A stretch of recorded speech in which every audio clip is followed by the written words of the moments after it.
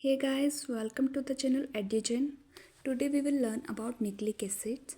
But before starting the topic, I would like to give you an overview of cell and its structure. Because ये nucleic acids कहाँ present होते हैं, अगर आपको cell का structure अच्छे से पता होगा तो आप इजीली अंडरस्टैंड कर पाएंगे। As you can see in the picture, एक सेल का आपको स्ट्रक्चर दिया हुआ है। इस सेल में different kind of structures present है, न्यूक्लियस है, माइटोकॉन्ड्रिया है, सेंट्रियोल्स, बहुत सारे स्ट्रक्चर्स हैं। हमें इसमें सबसे ज़्यादा जो ध्यान देना है वो देना है न्यूक्लियस पे, बिकॉज न्यूक्लियस में ही आपके न्यूक्लिक एसिड्स प्रेजेंट होते हैं। कुछ एक न्यूक्लिक एसिड जैसे डीएनए जो है आपका, वो माइटोकॉन्ड्रिया में भी मिलता है कुछ अमाउंट में, लेकिन हम उस पर ज़्यादा बात नहीं करेंगे। जो मेनली आपके न्यूक्लिक एसिड्स हैं वो न्यूक्लियस में ही प्रेजेंट होते हैं।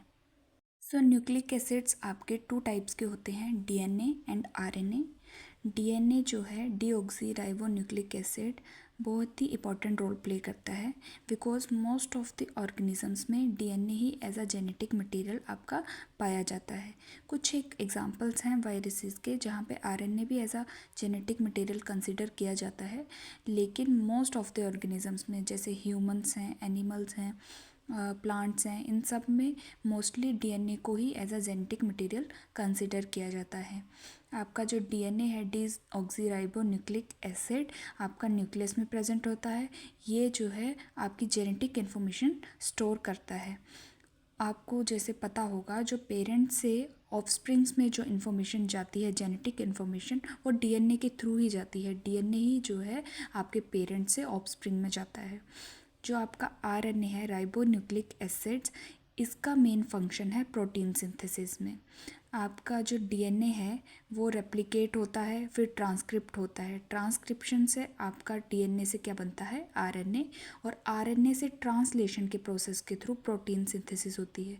तो जो आपका आरएनए है इसका मेन फंक्शन जो है वो है प्रोटीन सिंथेसिस में, और जो डीएनए है उसका मेन फंक्शन है आपके जो जेनेटिक इन्फॉर्मेशन स्टोर करके रखता है, और जो पेरेंट्स से आपकी जीन्स ट्रांसफ़र होती हैं ऑफस्प्रिंग में, वो इन्फॉर्मेशन डीएनए कैरी करता है।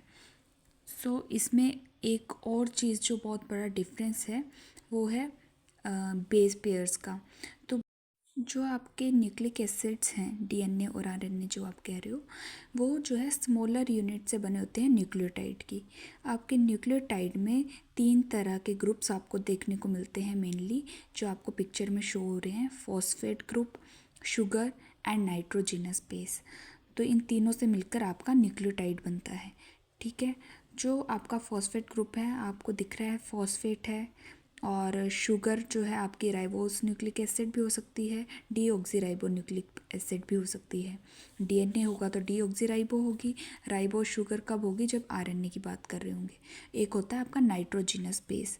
अब सबसे जो मेन डिफरेंस आता है वो नाइट्रोजिनस बेस में ही आता है आरएनए और डीएनए में। डीएनए में जो है आपके बेसिस होते हैं एडेनिन, थायमिन, ग्वानिन, साइटोसिन। ए से एडेनिन, टी से थायमिन, जी से ग्वानिन और सी से साइटोसिन। लेकिन जो आरएनए है उसमें 3 बेसिस तो आपके सेम होते हैं, एडेनिन, ग्वानिन और साइटोसिन, लेकिन जो थायमिन है उसकी जगह पे आपका यू आता है, यूरेसिल।